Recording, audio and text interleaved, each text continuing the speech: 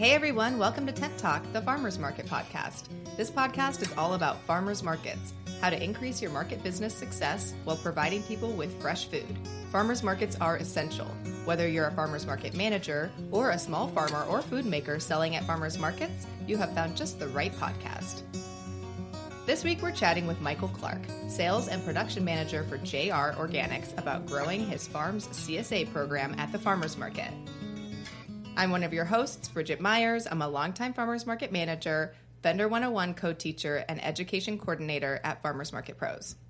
And I'm Kat Fields-White, Director of San Diego Markets, still an active farmers market manager and consultant, founder of Farmers Market Pros, and host of Intense, the Farmers Market Conference, and the Farmers Market Pros community. And I'm Justine Marzoni-Mead, Tent Talk producer, marketing director for Farmers Market Pros, and logistics coordinator for Intense, the Farmers Market Conference. Coming up. Yeah, if we're lucky, Mike will bring us some strawberries like he did last year. That's right. We had JR Organic strawberries at the last conference. People loved Highlight of the conference. They loved it.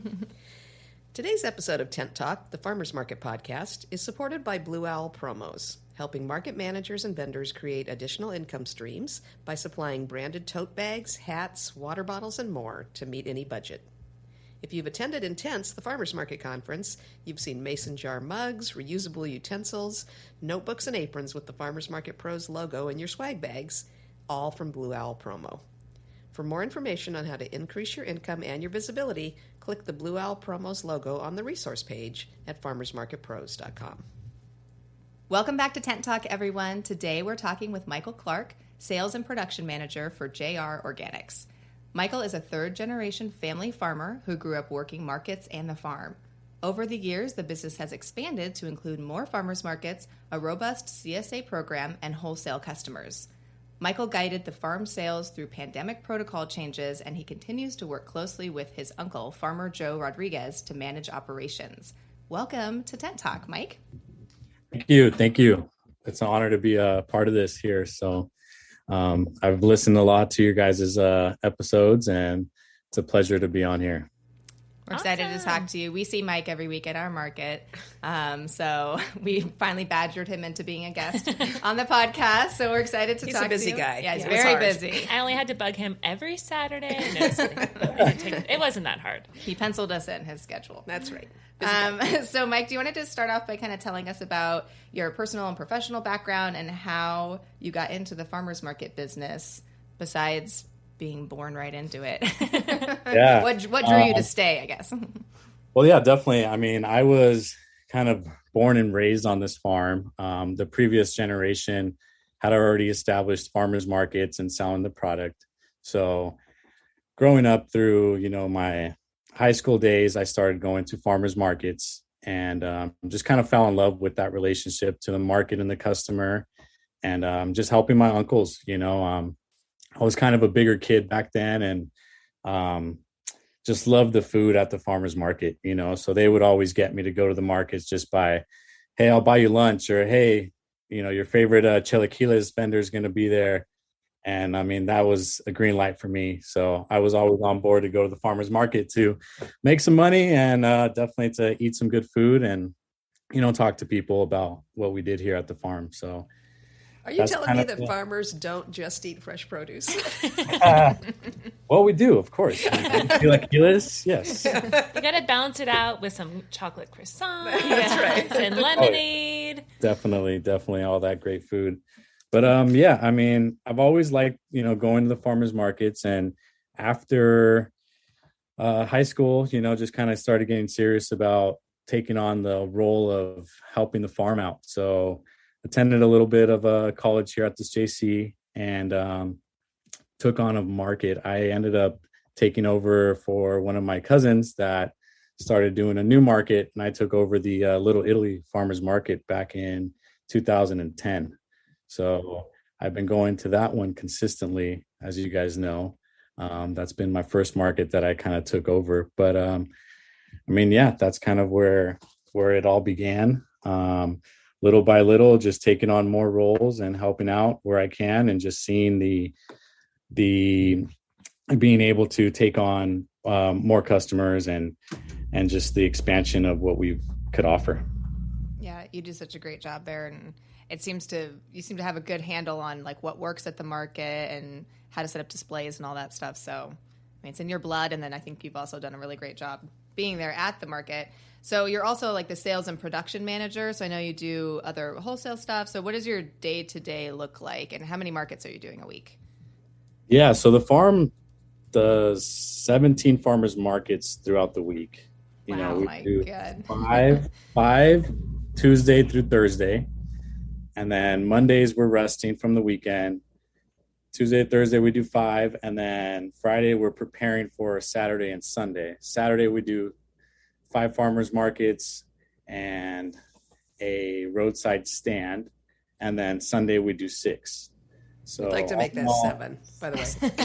Oh yeah, we have another one for We'd you. like to make that 7, by the way. We have a Sunday market now. I wish. It's incredibly hard with just having the staffing for all these farmers markets. I mean, every single week we're always scratching to see who can go where and kind of making that placement. That's part of my job, is just to make sure everybody has enough staff. And, you know, as the product comes on, it's definitely required to have, you know, staffing at the farmer's market, because selling these watermelons and all these other 100 items at the farmer's market it's definitely a workload.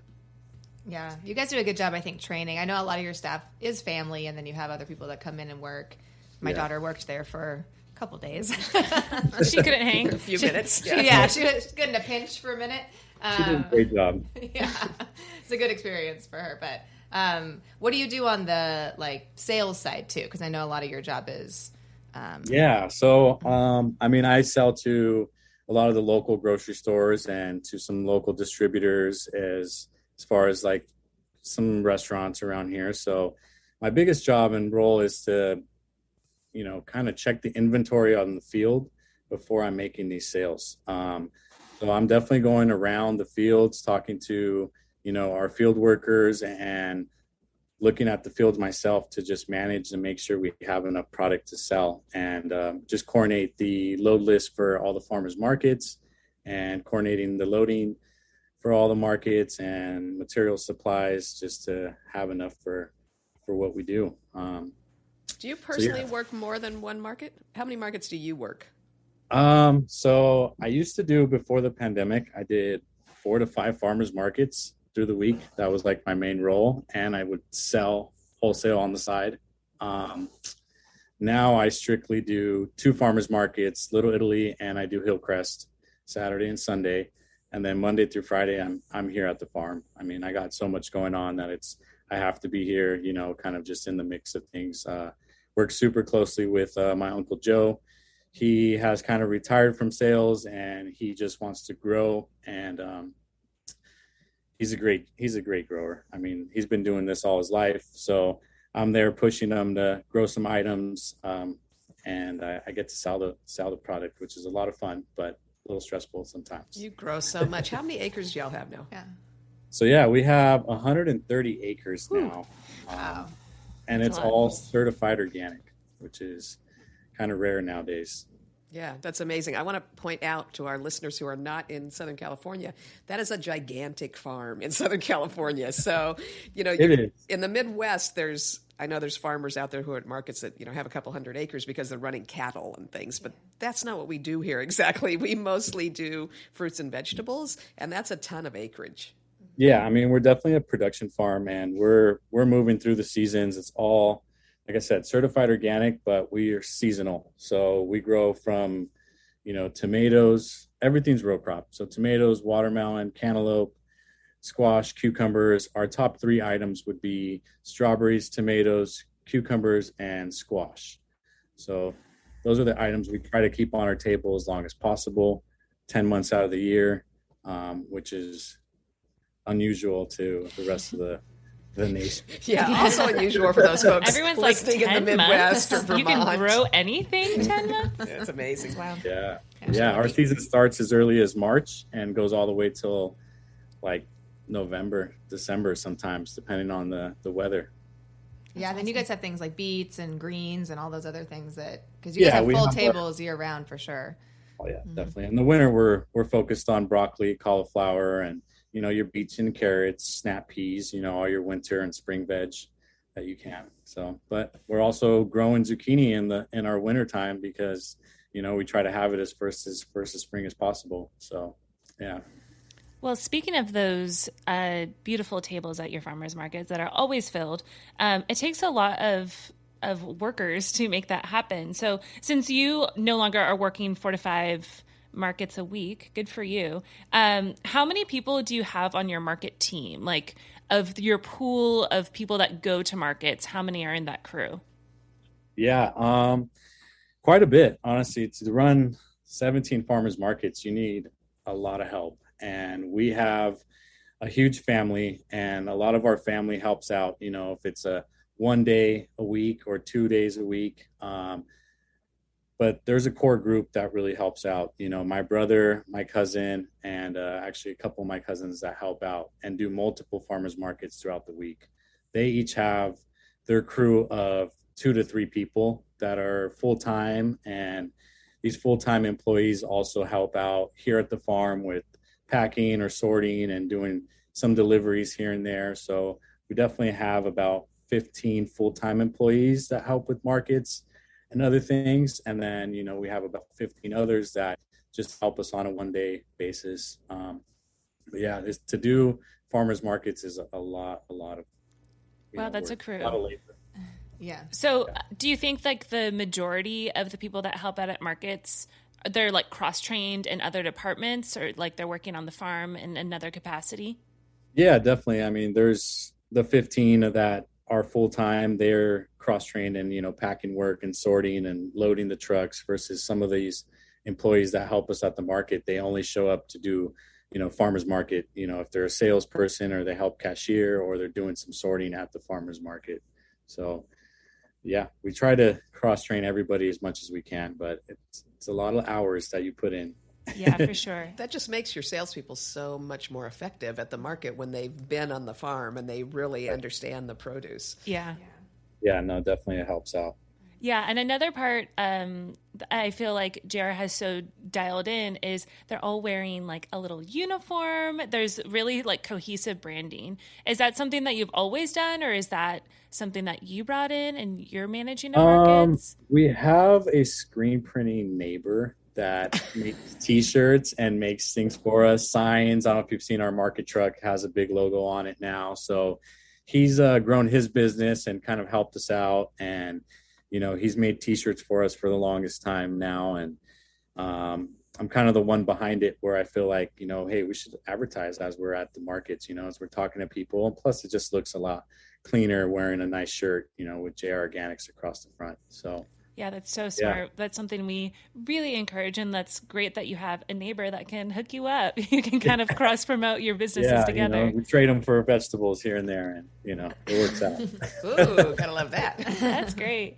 You guys also have like you always have really beautiful displays. Your tables are always very full, and part of what your crew does a good job of is kind of, refilling things, and then as something sells out or as the day goes on, kind of removing stuff to kind of always have it look really tidy. Do you have like a specific method or philosophy behind your displays to keep them looking lush at the markets? I mean, everybody does their market differently, but the way that I see it is if it looks nice, looks clean, it doesn't look thrown apart, customers will be attracted to that, and if it's nice and full, customers will definitely come in, and you don't even have to say hi or welcome in. If they see it, they're attracted to it, so they'll come. So I really push that on my staff on keeping things up. If you sell 1 or 2 baskets, let's replace them. Let's focus on that. But not only at the market, but also at the farm. We have 20 to 30 employees here at the farm that do a lot of the prep work, where, we're selling cilantro, and that cilantro is harvested, bundled, cut, washed, and cleaned and packaged. So the guy at the farmer's market can simply just take it out of the box and put it on the table, and it's already been cleaned and washed. Some of these peppers and these other items, they're pre-sorted here at the farm. And I know sometimes it's hard because you don't have the time to sort everything, but we really invest the time here at the farm to try to take your best of show to these farmers markets to try to sell them. I mean, it's our best outlet is a farmers market. So we profit the most on each item. So why not take the best? That's kind of my philosophy and how I do our farmers markets. Yeah, that's so helpful. I mean, especially if you're having a really busy day, you don't want your market staff to have to be bagging stuff or sorting stuff at the market. Maybe like on a slow day, it's nice to have that extra, time to prep, but that is really good. Like thinking ahead to make sure you're setting your team up. In general, like, what do you think the benefits of selling produce at markets versus other revenue streams? I know you guys also sell to grocery stores, you sell to some restaurants, and we're going to talk in a second about your awesome CSA program. But if you were going to like pitch farmers markets to another farmer, what would you say the biggest pros of farmers markets are? The biggest pros is probably that relationship you create with the customer, that you're able to take your product there, you're profiting the most. So it puts a big smile on your face, and creating that relationship with the customer that's taking it home and eating it themselves, and they're enjoying it, and they come back, every single week and support what you're doing. So it definitely benefits the farm. It's definitely our greatest source of income is going to farmers markets.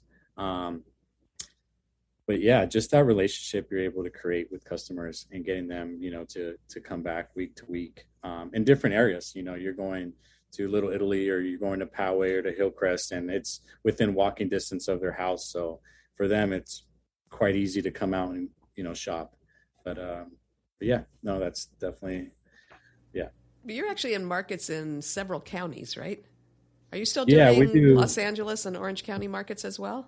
Yeah, as labor got tight, we had to drop some of these Los Angeles markets, but we're still operating a farmers market in Los Angeles and in Manhattan Beach. So we do Mar Vista on Sundays and then Manhattan Beach on Tuesdays. But that's an early start for us here at the farm. Yeah, it's a big drive, I know. Are you in Santa Monica still? We're not. We ended up dropping that one. Gotcha. We used to do that one. I mean, for probably 25, 30 years, we did that farmers market for a long time, and it just became super hard to find people to get up at 3:00 in the morning and to come back to the farm at 6. Right, because it's such a long drive. So when you look at all the counties you do and all the markets, you're doing 17 markets, but that's probably out of a pool of 50 markets that would love to have you, or 60 markets that would love to have you. How do you decide which markets to do? What can a farmer's market manager do to attract you to a market and to keep you in the market once you're there? Kat is asking for herself. What's that? Yeah, asking for a friend. We already know some things because you've been in so many of our markets. Yeah, I mean, having a really good market manager and someone that is going to help the farmer out is something that I look for. Definitely on the fees and the rate that we're charged. It's got to be affordable. We all know that farmers markets, when they start, they're extremely, extremely hard to get established. So everybody wants to be in the biggest, best market that there is, and I know it's a little tough. With the arsenal of product that we have, everybody wants us in their farmers markets. So we do kind of pick and choose the best ones that we can be in, the most profitable, and the ones that are close enough to home. It's hard to find people to like we were saying, going all the way up to Los Angeles to do a farmer's market. Yeah, you can pay them a good amount, but it doesn't make it worth it on a 15-hour day. Right. So, yeah, for sure. But yeah, I mean, looking for a good manager that knows what they're doing, and that's super helpful. That's super, super helpful. Well, we'll take that as a compliment that you're at our market. That's right. Yes. Awesome. So I know that during the so you've had a really robust CSA program for a long time, right? How long have you been doing CSA? Before a lot of people were. Since 2005, we kind of started it. So it started really small, just at one farmer's market. We had a good customer of ours, present this idea to Joe and to my family. And we weren't really a fan of people prepaying for their vegetables. We just didn't think it was something people would want to do. And she really pushed it. And my uncle said, okay, well, you know what, if you can run the business and operate it, and let's try it. So they tried it at Hillcrest, and, it started there. And then she made a pamphlet and started pushing it at our other farmers markets. And got some other businesses to become drop sites for our CSA program. So, that's So how many members do you have now in your CSA? our CSA Roughly? right now, roughly about 250 members a week. I mean, that's crazy, Wow, that's right? That's a really, lot of really boxes. awesome. And are most of your pickup points at farmers markets or are they elsewhere? It's a mix. I mean, we started with farmers markets only, and then we did drop sites, and now we do home deliveries as well. We do charge, for the fuel. I mean, $10 per box to get delivered. We pick the day of the week that it gets delivered to your house. But our main, I would say our farmers markets hold definitely the most amount, and drop sites. It's a little mix of everything. And what are the pros and cons? Like what's the advantage of doing a pickup at a farmer's market? Yeah, so there's a lot of pros at the market, and I always encourage it because, for one, it saves the farm money. We're already going to the farmers markets. We get to bring the customer in and talk to them face to face. They get to meet me or any market staff member. Just creates a little closer relationship. They also get to pick and choose. They can exchange a couple items, so they can pick and choose from our market stand. So if they didn't want cilantro in the box that was packed that week, they can exchange it for parsley or arugula or something that we have already at our display. So that's super helpful. Customers really, really like that. And maybe the con would be, maybe there's just other farms there that they go look at instead, and maybe that leads them to buy from someone else. But which is a pro for the market. So, we talk to market managers all over the country, and there's some market managers that are really hesitant to allow CSA pickups at markets because they don't want people to just go straight to one farm. They want them to shop the whole market. And we're always trying to explain, no, it doesn't work like that. They come to pick up their box, and then they're going to look at what else is also available at the market and look at other types of vendors. And definitely. I would say 95% of our customers don't only just pick up our box. Like, they're buying a box from us, but then they're going down the way and getting other items that we don't have. If it's eggs or meat or cheese, and then they walk through the market. Some of them come check in, they say, okay, I'll be right back. And they walk the market with their family and come back and pick up their box. So I think it definitely encourages other sales if they come to the farmer's market. Yeah, I think that just makes so much sense. So we're a flat rate market, so it doesn't affect us. But one of the other pushbacks we hear is that people that run markets where they're charging a percentage of sales to the farmers and vendors can't quite wrap their heads around how they manage that. So when you're being charged a percentage, are you paying a percentage on the CSA, or do you not do that because that money's being taken off-site, on your online system or what have you? Yeah, it's a little tricky there. We definitely include it into some of our sales at some markets. And then some of them are a flat rate. Like, hey, you have a CSA box, it's $3 per box, so they figure out what percentage we need to do. But yeah, we definitely include it into our sales. If we have 10 boxes, we're definitely including it. Because it varies week to week. It's not always the same. Right. Some customers are biweekly, some of them are weekly. Gotcha. Did the home delivery thing start during the pandemic? Did you have to make a lot of changes during the pandemic? Yeah, so ran? A little background on our CSA. I mean, we started with, just one farmer's market. And then before the pandemic, we had about 150 boxes that we were packing out throughout the week. Pandemic hit and we rose to 500 boxes. Ooh, wow. It was pretty exciting to pack these boxes, especially because the farmers markets kind of closed down. So all this excess product, was funneled right into the CSA program. So we were able to fulfill, and I think it grew to like 550 was our peak. But then as markets opened up, people were canceling on the box. Okay, so you did drop back off after it got up that high. I like how you have such a positive way of framing things, because I think a lot of farmers that went from 200 some boxes to 500, and we've had vendors that did that too during the pandemic, would not necessarily call it exciting. They might call it terrifying or difficult. Yeah, I mean, it's a big farm that we operate here, so we have a lot of product. We sell to grocery stores as well, so that extra product's always going to the store. So we just kind of cut back on the store orders, funneled it into our CSA. Hardest part was, you know, delivering all these boxes, making that home deliveries. We were delivering almost 200 boxes a week. So we had to buy a couple extra vehicles and hire some drivers, but a lot of our farmers market staff, we brought them on to help pack boxes. So we kept everybody employed by, that CSA. Thankfully, we had a good infrastructure and we've been doing CSAs. So to expand, we kind of had a good feel for how to do it. Yeah, you were really good position for it. I know a lot of farmers, when the pandemic dropped and some markets closed, they were suddenly scrambling, trying to figure out a system, which you already had a system. You just needed to expand. Yeah, we had just launched our software and our online store. So it just so happened to work out, but it was a lot of orders at that time. Yeah, it was good timing. Yeah, it was good timing. It was good for the market too, because we could kind of tell people, oh, some of our farmers have CSA boxes. If you don't want to spend a lot of time at the market, like pre-order your box, you can pick it up and just be real quick when you're coming in, when there was like those long lines to come in. I know I signed up for a CSA box for JR because I was working the markets, but I was like planted at that entrance or that exit all day. And I was like, I didn't want to worry about shopping and picking stuff up. So I would just go to someone's house in Mission Hills and pick up a box off their porch. It was very strange. Yeah. But it was really helpful because then I could still get my produce.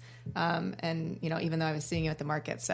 And the CSA boxes helped us because during high pandemic protocols, we were only allowed to have X number of humans on the street at any one time. We had to count them in and out. So having JR's boxes available you could just run in and pick it up. You didn't spend a ton of time in the market, which meant other people were waiting in line to get into the block. Or I think with some of the markets, we set it up where they could pass CSA boxes out the back of the booth. Back, yeah. Yeah. It was helpful. Those were some crazy times. Those were definitely crazy for sure.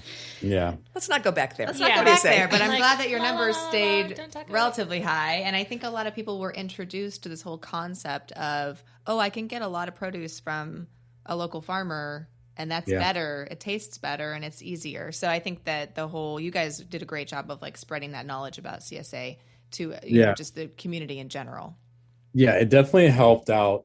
People got to experience local food and taste the difference, when all these other outlets kind of shut down. I mean, our CSA rose, but they got to try the food and it was so fresh that I think that's what kind of made the big difference, and we've been able to hold 250 customers for the past couple of years now. So, and it's rising, I think people are more aware. Farmers market sales are great. Customers are leading into CSA and supporting the farm directly. And did you see some of those CSA customers, even though they canceled their membership, did you see them convert to farmers market shoppers or still buying from the other ways? Oh yeah, no, definitely. They canceled from the CSA, and there's some people that just want to pick and choose their items. They want to experience the farmers market. That's what they do every Saturday mornings. They get up out of bed and they come to the farmers market. So we saw a lot of people cancel, but at the farmers market. I always get really happy every time I walk past your booth and notice that you advertise your CSA program in your booth at the farmers market. I think that's a huge missed opportunity if farmers don't tell their shoppers that they could also purchase a CSA. So good on you for having those signs up. Yeah. Even though we're so busy selling and making, quick sale here and there, I mean, the CSA is where the farm benefits the most. So we educate our staff and we tell them, we have a pamphlet that we hand out to anybody interested, and, we showcase the box as much as we can. But it's an easier sale for us. Customers come in and out where it's guaranteed money. They sign up for a subscription, so your customer is going to be there. So it's definitely the way to go for us farmers. Mm-hmm. So you're actually in this area one of the few farmers anymore that's officially organic certified. Yeah. So we had more back, 14 years ago when we started the market, and we saw some farmers with great integrity actually drop out of the organic certification program for a variety of reasons. Either the cost, it's not easy, it's not cheap. to maintain that certification. Some of them also had issues with some changes to the USDA regulations and, felt like it wasn't representing the same thing that it used to. But you've chosen to hold on to that certification. And I think it's probably especially important when you're selling to grocery stores or to restaurants where they don't have that face-to-face with the farmer all the time and need something to prove to them, what the methods of production are. How long ago did y'all switch to organic certification? And can you tell us a little bit about why you've chosen to stay with that? Yeah, well, Joe, this is his business. He's the owner and operator. He, kind of grew up in the chemical years where in the 80s, they were big on spraying the crops and, going through using GMO seeds. And that was kind of the new thing. So he worked under his dad at that time, and they used a lot of those sprays. He unfortunately got sick and became ill. So he really looked into the organics. And in 1986, when CCOF was established, he jumped on board and became part of their kind of trial. And he became certified organic in 1986. And we've remained organic, just, paying their fees, getting a farm advisor, getting somebody here to kind of guide us through that. It's extremely hard to be organic. You do lose a crop here and there. Seed price is extremely expensive compared to non-organics, treated seeds, GMO seeds. So in that factor, it is more expensive. But our prices do reflect that. We choose to charge, more because we have to. All the work it takes to become organic, besides the fees, I have someone dedicated to making sure that we're up to date with all our record keeping. Anything you spray in the field, your fertilizer, your seed buying, all that has to be noted. And a lot of these farmers, they don't want to put in that work. They decide on growing and just telling customers, it's almost organic, or it's non-sprayed and no chemicals, but there's nothing that's really certifying that. So, that's what's kept us going. And customers like that. Customers do like that we're truly certified organic. It's not a gray area when they come into my booth. And that's something we really take pride on is, we've been certified organic since 1986. And the whole farm is certified organic. So it definitely puts us on a different level, I think, of farmers market vendors being certified organic. There's less and less of them at every single market, where it becomes kind of misinterpreted. Some customers shop at a stand that says it's chemical or pesticide free, and they think that's organic. That's not always the factor, and sometimes it is the farmer selling that product being truthful, but then sometimes it's a middleman person, or it's a peddler or somebody else that's in between. So they don't really know what's going on at the farm. They know what the customer wants, so they say what the customer wants, but are they really no spray or no chemicals? So for us, we definitely take pride in being certified organic. We're certified by CCOF, and, we continue to be. It's the one way the customer, if your customer has a lot of time to investigate and know who they're talking to, they can determine that kind of thing. But the organic certification really just nails it. That they've gone through a tremendous amount of certification. I was talking to an older farmer who was saying that CCOF was saying, well, just have your compliance officer do this paperwork. And I know, and he's on a relatively big farm, but on smaller farms, it's like, compliance officer? I don't have a compliance officer. So, it's extra staffing and time that you have to devote to that, right? Oh, definitely. No, definitely. There's, like I said, my cousin, she's full-time on, making sure paperwork is all in line, because when they come and they inspect your farm, you have to have everything. They charge you to come to the farm. So every time they have to come back to reevaluate something, they're going to charge you. So we have to have everything in compliance. And there's a guidebook that tells you, how and, what you can and cannot use. But that it becomes tricky because, if you have a bug infestation, you can use something and spray it and you get rid of that bug. For us, we can't, so we use beneficials or whatever they advise us to use for that particular insect. So it just takes it to a different level of farming. But we can guarantee there's no sprays, no chemicals, and it's a non-GMO seed.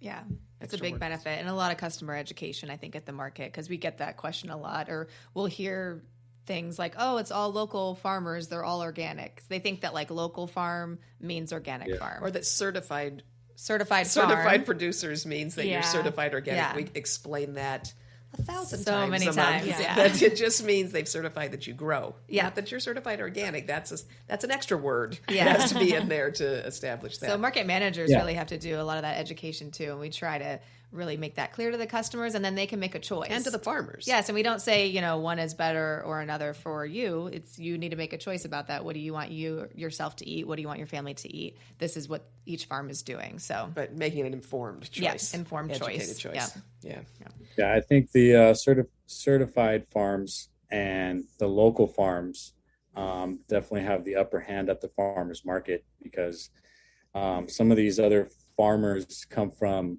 they consider themselves local, but they're coming from San Luis Obispo, and they're bringing product all the way down to San Diego and selling that product. And sometimes it's a price issue, where they're able to bring it down and sell it for close to the organic price, but undercut the price, and it's not grown organically, and they say it's no chemicals, no sprays.